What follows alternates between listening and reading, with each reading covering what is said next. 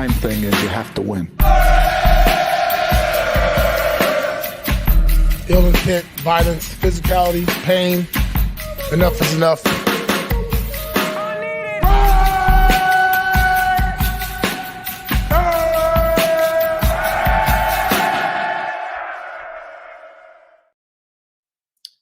All right, welcome to the Just Win podcast. We are doing an emergency pod, our first time doing it on this pod.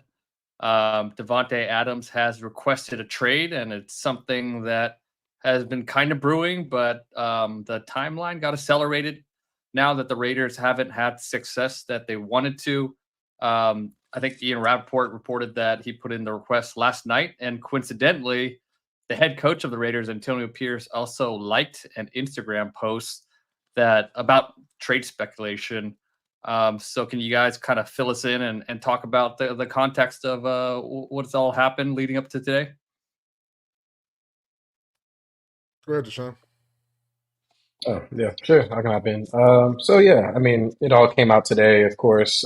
It kind of started this morning where Davante Adams went on his weekly appearance on the Up and Adams show and got asked about, Antonio Pierce liking that post from Sports Illustrated. It was essentially an article that's saying, don't be surprised if Davante Adams played his last snap for the Raiders. And when asked if he's played his last snap for the Raiders, he was pretty non-committal. And so it was clear that he was upset and annoyed and something was going on. And the order of it, how it played out is still a little bit unclear. Antonio Pierce did like the post on Monday. And as you said, NFL Network reported that Davante Adams, made his trade request on Monday as well. Which one came first? I don't think we have that just now, but the point remains, Davante Adams has requested a trade from the Raiders. As we've written, this has been brewing for quite some time now. Things went bad pretty much immediately after he got traded to the Raiders in 2022, and there's been flashes here and there, and throughout this year, he was pretty consistently saying all the right things and reaffirming his commitment to the franchise, but it always seemed like a matter of when, not if, he was going to ask out at some point.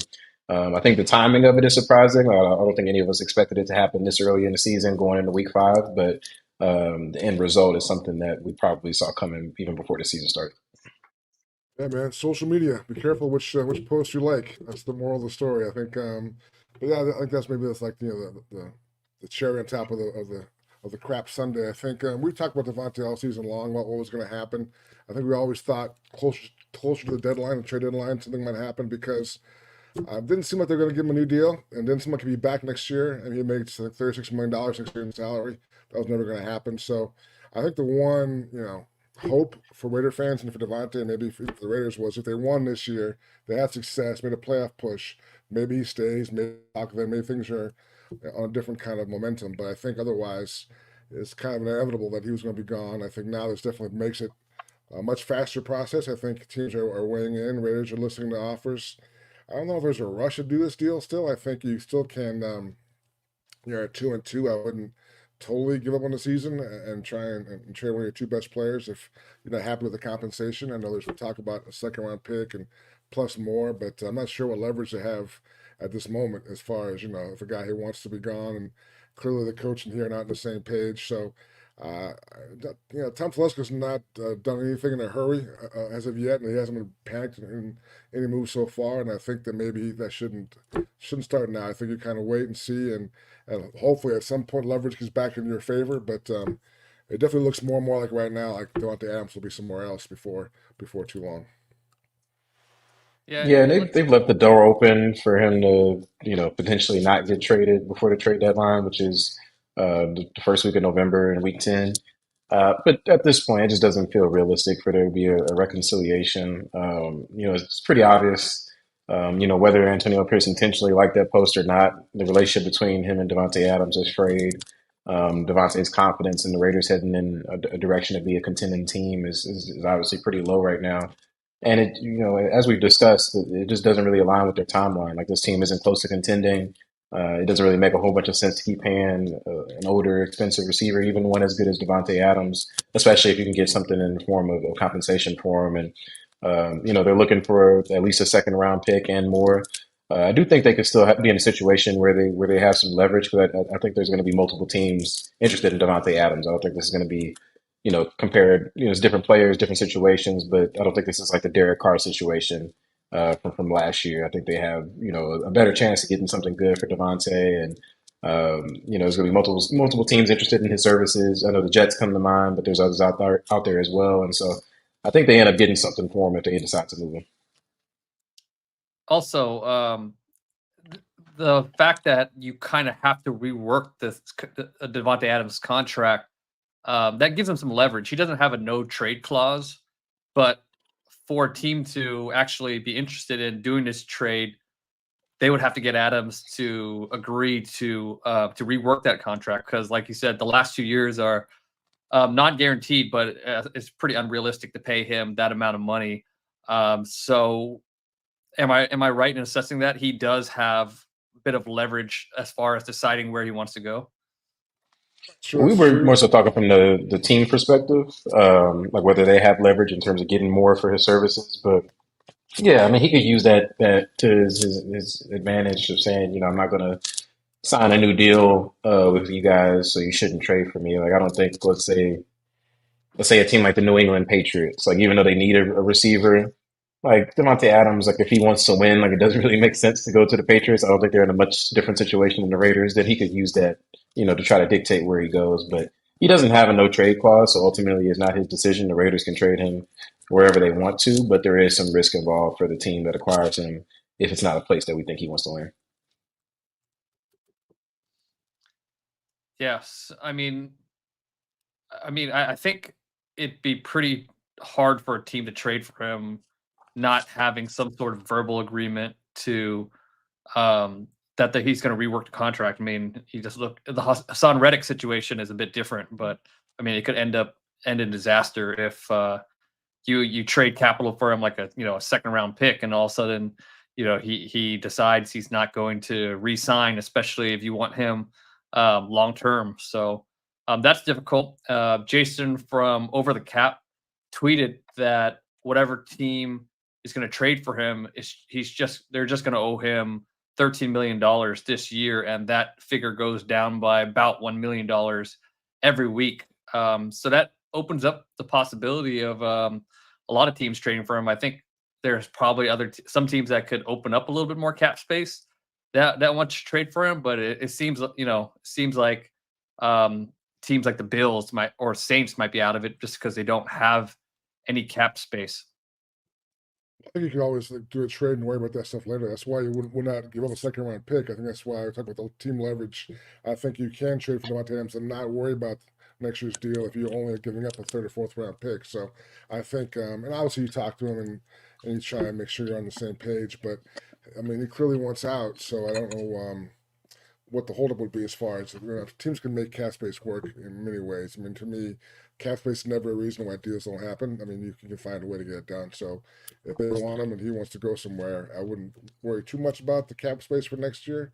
That's just me. But and again, I think if you're the Raiders, I'm not sure why you're in a rush. I think the same plan that they had can still be. He's also got the hamstring injury, so no guarantees he'll play this week anyway. So I'd give you another week at least to buy some more time and see what he can do. So to me, I wouldn't. I mean, I wouldn't trade him tomorrow if I didn't get what I wanted for sure. I would have a price in mind, and I wouldn't budge from that price for a while because I mean I don't think anything's really changed. I mean, like we said, on the long run, they probably knew he was going to be going somewhere anyway. Just wasn't going to happen until deadline. And I think that hasn't really changed necessarily, even though there's been Instagram likes and demands and K Adams appearances. I think we're still kind of the same boat as far as we kind of realize he's not going to be here at some point, and that's something we'll deal with when we get what we want.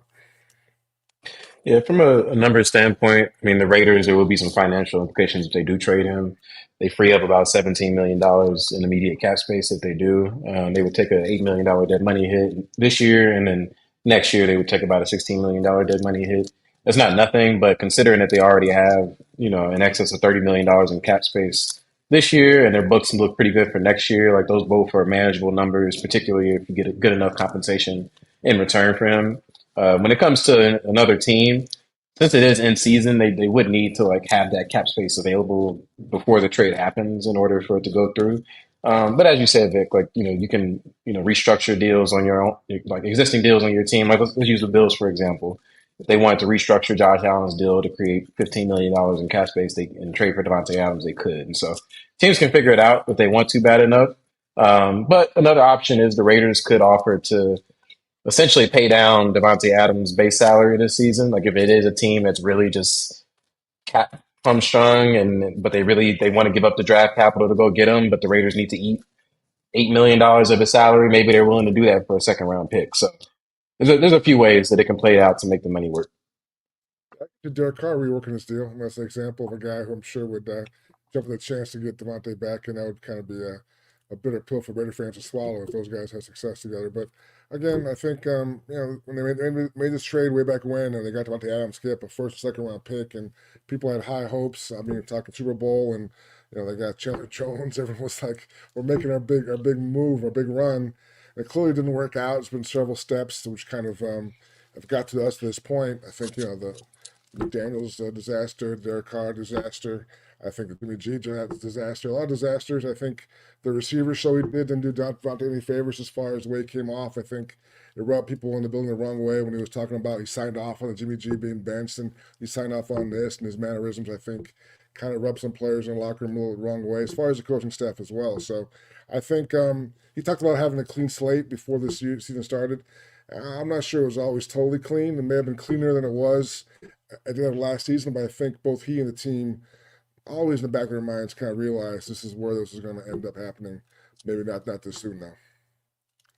Yeah, and I don't put a lot of blame on Davante for the situation. They're just on different timelines. He is a 30-year-old receiver who might not be at the top of his game, but he's still an elite receiver. So he doesn't have a lot of time left to stick with a rebuilding team and hope the Raiders can do it. And the track record just isn't that good.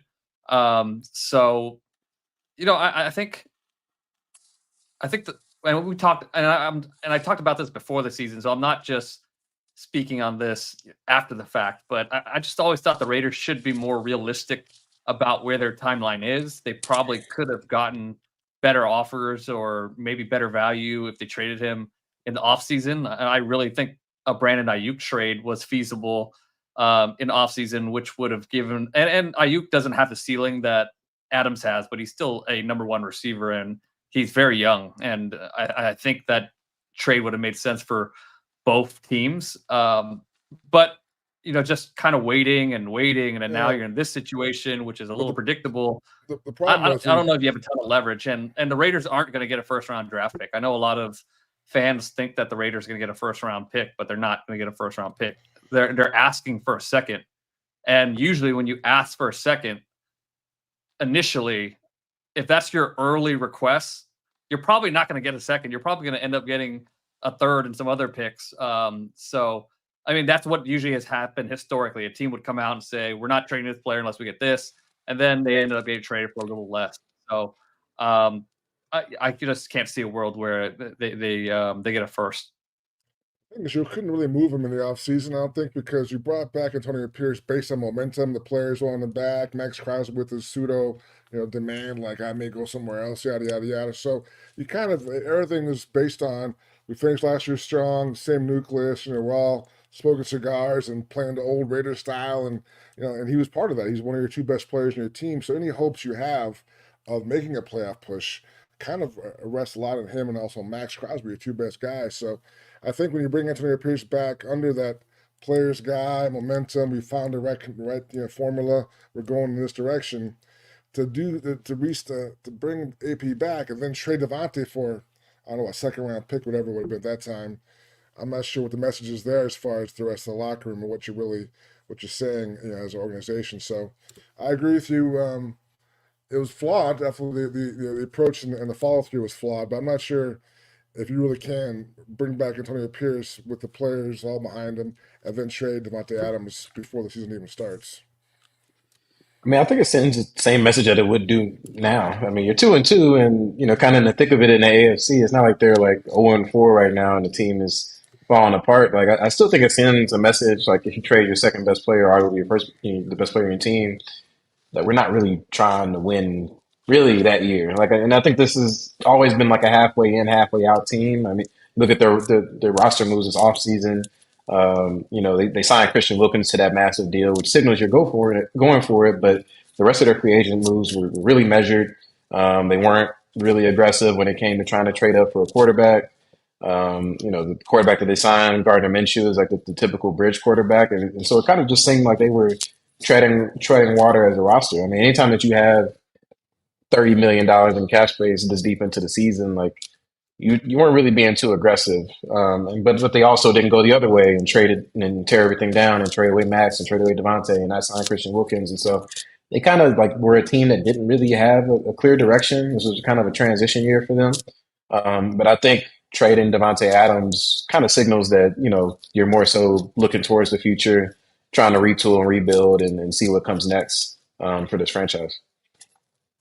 I guess so at least now you can sell it like, you know what, he didn't want to be here. If you want to be here, don't be here. So I think now you can at least sell it in the sense that we have a good team. We won without him last weekend. We don't need him per se, and obviously you do, but you can sell it that way. He don't want to be here, isn't happy. We want guys who want to be Raiders. I mean, I think now if you get anything close to what you want in a trade offer, I think you can still do it and still say we're still trying to win, just in a different kind of way. Whereas in the offseason, I'm not really sure how you pull it off and tell the locker room that you really are in it for this season.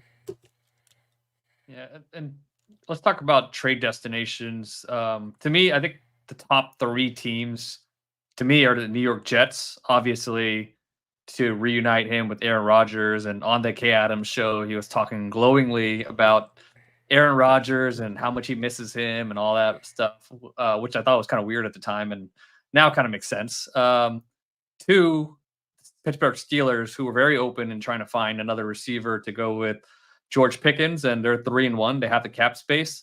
So I think that's a destination that makes sense.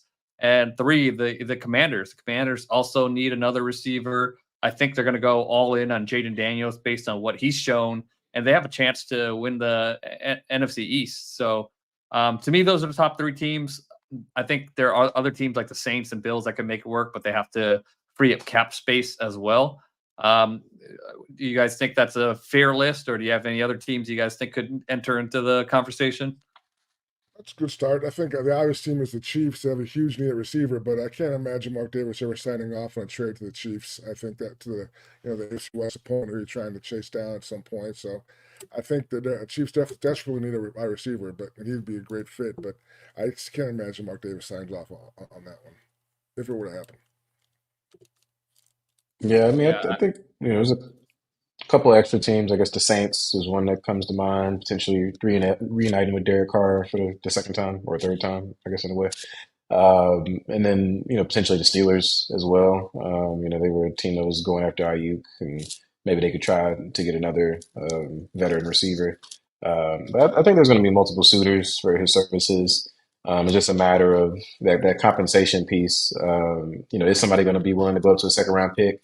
Or is there a situation where there's 2 teams that both are offering a third round pick and one kind of blinks and goes up to a second to win out at the end? And so, I think the sense is, like you said, Ted, I highly doubt somebody's going to go crazy and offer a first. So it's most likely going to be a day 2 pick and something else that the Raiders get back for Adams.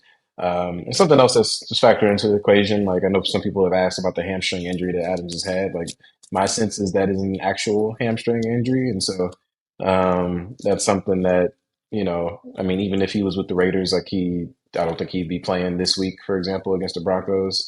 And that, I mean, we talked about his age. He's going to be 32 in December. He has a big contract. See how that hamstring injury goes. The last time the Raiders traded a big pass catching target coming off a hamstring injury, Darren Waller, it didn't go too well for that team. So it's definitely going to be something that I think a team wants to get figured out. But nonetheless, I think there'll be multiple teams trying to get Davante Adams. Okay. I don't think we were going to take questions, but Adrian sent us $10. Can the Raiders send Adams to the land of misfit toys, aka New England? I just think obviously the whole thing is Adams wants to go to a winning team, and obviously New England isn't going anywhere, and they're a much worse team than the Raiders. So I can't see that happening. And like we said, I think Adams does have some leverage as far as we work into contract, especially when you're going to a team like New England that is a multiple year rebuild. They need to sign them to a long-term deal. So I can't see that happening. He's a very interesting guy. I think you look at him, and I mean, just like Sunday, he was still vested. He was on the sideline, cheering guys on, hugging guys in the locker room afterwards. So he wasn't, he didn't check out until I guess last couple of days. But so I don't know. Again, is it possible you could play again for this team? I mean, doesn't seem like it today, but you never know. I think. I don't think so. It just seems so weird. Yeah, I mean, you can always walk things back a little bit if they win on Sunday and they have a chance. And again, there's no leverage. I mean, if the Raiders want to wait until you get a good offer, but I mean, I just we talked about all these things that kind of led up to this situation, and I even think back to the preseason game where he said I'm not going to play, and Antonio Pierce like, yeah, everyone's playing. The next day, Davante's hurt and didn't play. So there's always been little signs that there was always little troubles under the surface. But clearly now they're all out in the open, and we'll see what happens tomorrow when Antonio Pierce talks about his why he liked the tweet or how he did it or what he meant to do or didn't mean to do. But it's amazing this day and age how there's always festering, and then the match that sets the whole thing on fire is social media which is pretty remarkable. Yeah, I saw a lot of people on Twitter talking about like it's just a like. What does it mean? Blah blah blah. But this is 2024, man. Social media is a big part of whatever landscape you want to say. But people use social media to send messages. Obviously, whenever a player is angry with the team, what do? They unfollow the team on Instagram, on Twitter. They take them out of their profile picture. It's all part of the messaging, and people in the league and should know about the messaging sent across with social media. And I've never seen that before. I've never seen a head coach do something like that. If he actually did that, that to me is a sign of immaturity and just a lack of self-control from Antonio Pierce. It could be an old guy thing too, man. I've liked tweets by accident. I realized I did it. I mean, that's a very unfortunate tweet to Instagram post to accidentally like. I mean, you could have accidentally liked a Instagram model picture or something like that, but to accidentally like one about a trade request for Davante Adams is very unfortunate. It is, or is it? Maybe who knows? Yeah, I mean it's the same thing. Is different, but just like the business decisions comment, like that's a fine thing. Like if that's true, like you feel that way, like you just don't address it publicly for the world to see. And same thing with the like again, we don't. It's unclear whether he liked that before or after Davante formally requested the trade. But either way, you don't want to put that out there. You know what I mean? Like it's not good messaging to the fan base, to other teams, to Davante, to other players on the team. Like it's just not good to do. And so I don't know if Antonio Pierce has somebody running social media accounts for him or if he runs it. All that stuff, but. Wherever it came from, that kind of stuff has to stop. Whether it's the business decision quote or the like, you can't keep creating. The Raiders have enough drama. Like they're always going to have drama. You don't need to create it unnecessarily. So I think that's something that as a first time head coach, you gotta learn from. And I don't even know like how many head coaches are on Instagram. Like I think Dave Canales is on like Twitter or something like that, and Antonio Pierce. I think Bill Belichick has an Instagram now, but like. So just to stay off of social media. You don't need your coach on social media. It's fine. Bill Belichick does not have an Instagram, does he? He has a Twitter. I think he started one. I think he started one. Oh, wow. Okay. Well, he's out of the business right now, so he's a media guy. But yeah, I agree. It's tough. I mean, coaches want to see what the players are doing. I guess on Instagram, and all of a sudden you're creating your own account and photos of your car and stuff. You're like, yeah, it was a slippery slope. But we'll see what he says tomorrow. I'm curious what his excuse will be or what happened. But clearly now the cat's out of the bag, and now they got to get the cat out of town at some point. Maybe his kid was on his phone and he just saw a picture of Davante Adams and he liked it. His kid is a coach. His kid is an assistant coach on the team, man. That's not good. He doesn't have a young kid. He doesn't have like a 4-year-old or something. Maybe I just go with him. If I'm him, I go with that. If I'm him, I go with that. I was hacked. It wasn't me. Go with that. People get hacked all the time. Pull the Shannon Sharp. It's all good. Yeah. All right. Well, let's talk about where that leaves the Raiders without Davante Adams. I mean, of course, it sucks losing an elite receiver that was still getting a lot of attention from defenses, causing defenses to play a lot of too deep against you. But I mean, where do you think the Raiders go from here? I mean, obviously they're very happy about Brock Bowers and his potential to be a weapon in this offense. I think Trey Tucker has shown some real skill, so I think he'll get a ton more targets. Where do you think this offense is without Davante Adams?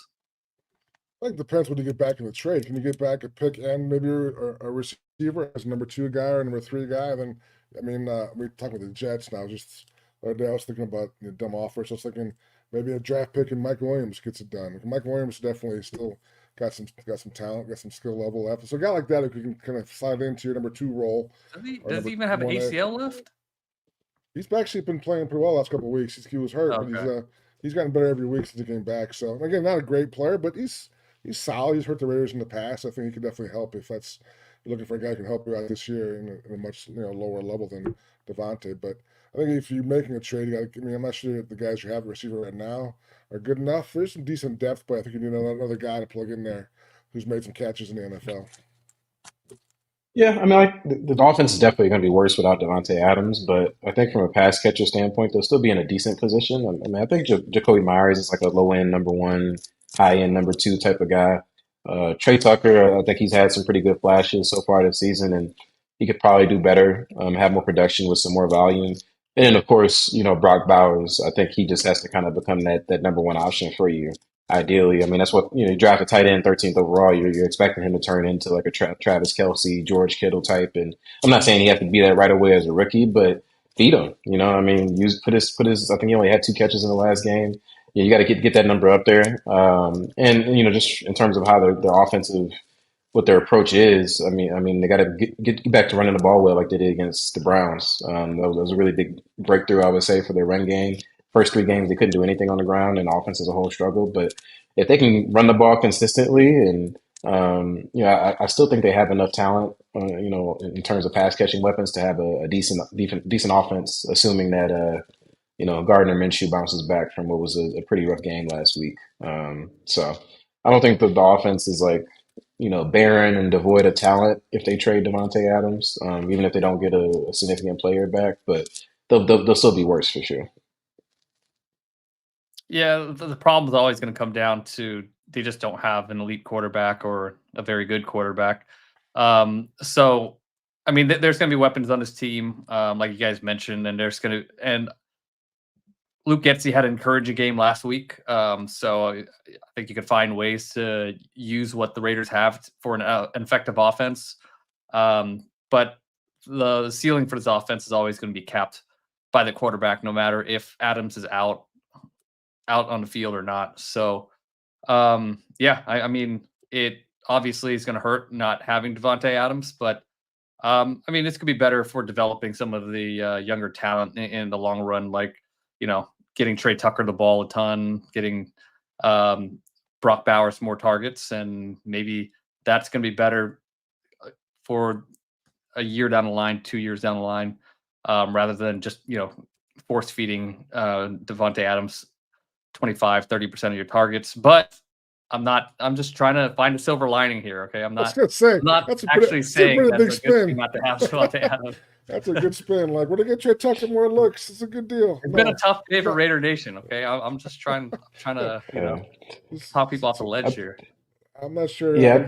I love Trey Tucker. I'm not sure more Trey Tucker targets to get him off the ledge, but maybe it does. Who knows? But again, I think Raider fans are kind of in the back of their minds resigned to this happening at some point. I think no one really thought of Davante being here next year. At least they shouldn't be. I mean, unless you guys are winning a lot this year, which that loss to Carolina can't change some maybe perspectives. And they got it back last week, but they're still 2-2, and they should probably be a little better at this point. So I'm not sure what their projections are the rest of the year, but clearly we got some drama, and we'll see what happens coming up.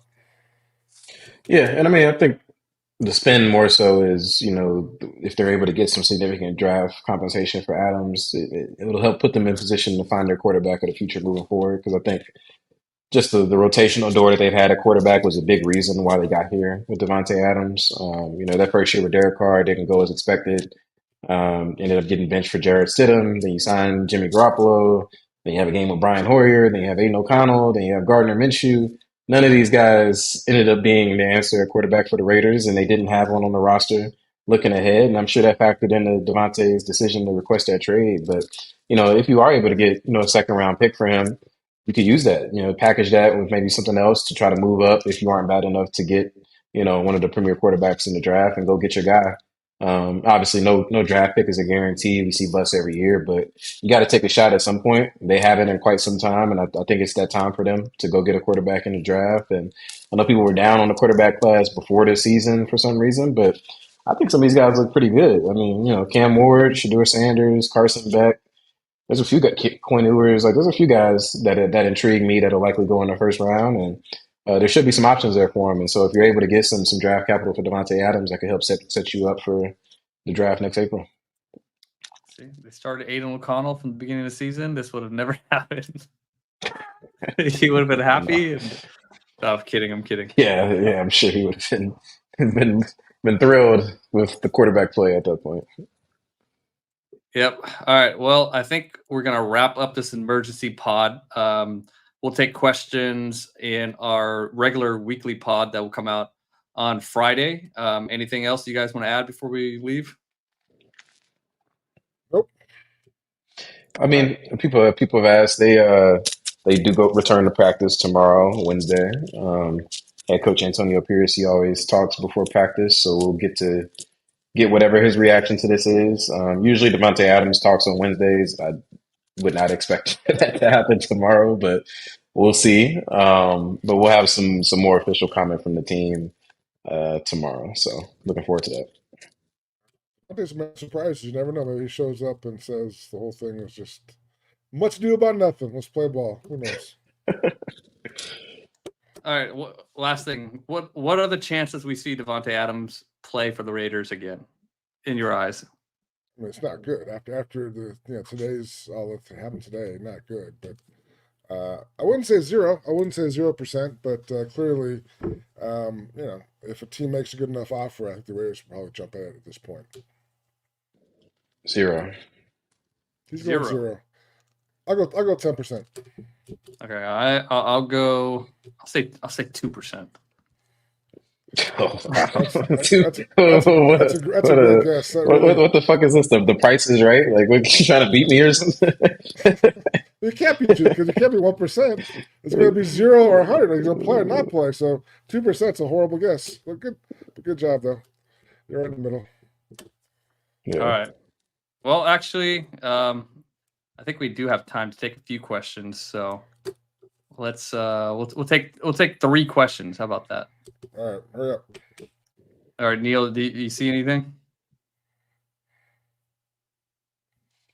Saw one. I can't remember who asked it. Somebody asked, was the business decisions meeting last week a factor, or just the whole business decision saga in general? Because I know a lot of people thought that referred to Davante Adams. I don't think it did. I think that was more of a Jack Jones in the defense type of deal, and we saw that come through with him being benched in the first quarter.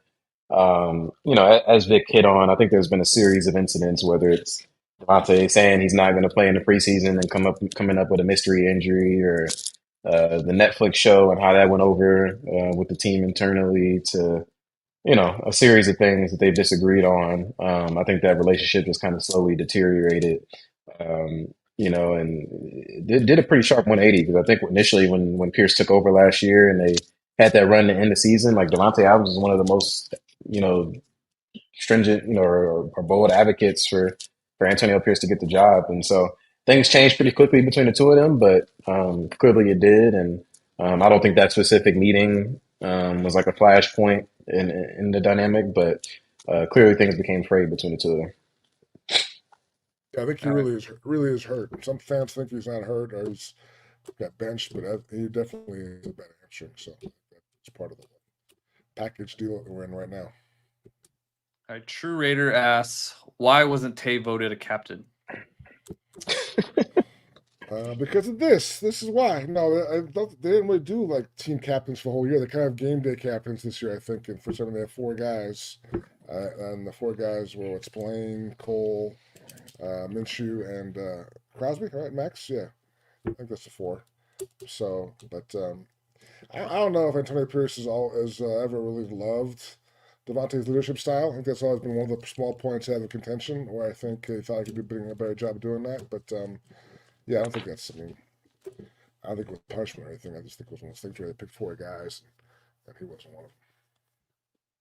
All right, last question from Moises Flores. Will the Raiders finally be able to draft a good quarterback prospect this year? Embracing a bad season is a good thing for the future. I think, I mean, to me, the Raiders are probably going to finish around 500, maybe a little over, maybe a little under. So they're going to be middle of the first round, which, you know, you can trade up into the top 10 for a quarterback. I don't know. There, like Tashan said, there are some intriguing quarterbacks. I don't know if there's any quarterbacks that have really put themselves in a class that you could say this guy's a surefire top 10 pick. But I mean, you know, like if these quarterbacks drop and you get one in the middle of the first round, it's a possibility. But I still don't think it's a great year to want a quarterback in the draft. Hey man, they gotta do this shit at some point, man. Like every year is kind of a crapshoot with these quarterbacks. I mean, even we've seen so many years where it's supposed to be a great year for you to go get your guy, and then four out of the 5 first round guys end up stinking. So I think if your evaluators, you guys determine that the guy's the guy, you got to go get him. You know, and if you're in the middle of the first round, all right, package that second rounder that you got for Davante, use some future first, and go get your guy. Like, scared money don't make none. You know, so I think you look at free agency. What are you gonna do? Sign Russell Wilson? You gonna stick with Gardner Minshew? Like try to get a guy in the second round? Like I don't know, and I don't think you can run his back again next season with still being in this sort of quarterback limbo. And so you don't want to force it. You know, if there is just you can't agree on a guy as being a starting caliber quarterback, cool. But there's got to be at least one in this draft, and so I think you got to do what you got to do to go get him. The good thing is this year, 6 quarterbacks went in the first 11 picks. So that's 6 teams who are not in the market. So I think there'll be fewer teams this year in the market for a quarterback, which helps your chances a little bit. And like we said, the guys aren't. There's some intriguing prospects. We don't know yet. It's early on, but I think there aren't a lot of teams that really need a quarterback like there was last year. So I think that's a positive as far as getting a guy next year. And Davante, if you trade Davante, it helps your draft stock. You're not going to win as many games without him as you were with him. So you'll pick higher in the draft, have some more leverage that way also. So maybe that's the way to spin it. Yeah, I mean, I've been an advocate of going for a quarterback the last few years, but we'll see what happens this year. You know, especially I think the danger is just giving up way too much value for a prospect that is graded like as a low first round draft pick, but because you know there's quarterback neediness, all of a sudden you're giving up multiple first rounds to go get this guy, and you know maybe it works. There's always a crapshoot, but you know you always have to judge things by the value at the moment. But anyways, this will wrap up our emergency podcast. Again, we are going to be recording on Thursday, so we'll take questions then and our podcast previewing the Broncos game. And, you know, maybe we'll find out a little bit more about what's going on with this Davante Adams situation. That will come out on Friday. So make sure you like and subscribe to our YouTube channel and anywhere you get your podcasts. Adios, guys. All right, man. Take care. Thanks, y'all.